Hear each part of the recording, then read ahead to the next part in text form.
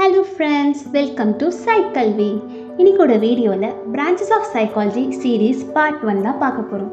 Branches of psychology அப்படின்னு சொன்னோன்னே எக்கச்சக்கமான பிரான்ச்சஸ் இருக்குது. பட் நான் உங்களுக்கு டாப் மோஸ்ட் இம்பார்ட்டண்டான சைக்காலஜி பிரான்ச்சஸ்லாம் எக்ஸ்பிளைன் பண்ணலான்னு இருக்கேன். ஸோ வீடியோக்குள்ளே போகிறதுக்கு முன்னாடி சேனலை சப்ஸ்கிரைப் பண்ணிவிட்டு பெல் பட்டனை கிளிக் பண்ணிடுங்க. இன்றைக்கி நம்ம பார்க்க போகிற பிரான்ச் வந்து clinical psychology. American psychological association clinical சைக்காலஜியை ஒரு சயின்ஸ், தியரி அண்ட் ப்ராக்டிஸ் அப்படின்னு சொல்கிறாங்க.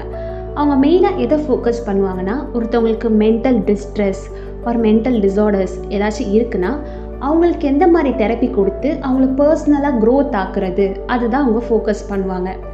இப்போ நம்ம கிளினிக்கல் சைக்காலஜிஸ்டோட ரோல் என்னன்னு பார்க்கலாம்.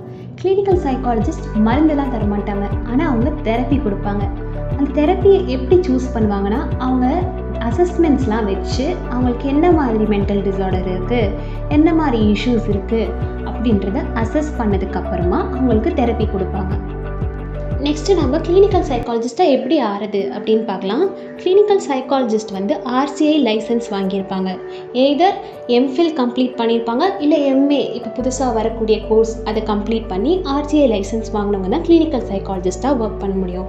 ஸோ இன்றைக்கோட வீடியோவில் கிளினிக்கல் சைக்காலஜி அப்படின்னா என்னது, கிளினிக்கல் சைக்காலஜிஸ்டோட ரோல் அண்ட் கிளினிக்கல் சைக்காலஜிஸ்ட்டாக எப்படி ஆறுது எல்லாமே நான் எக்ஸ்பிளைன் பண்ணியிருக்கேன்.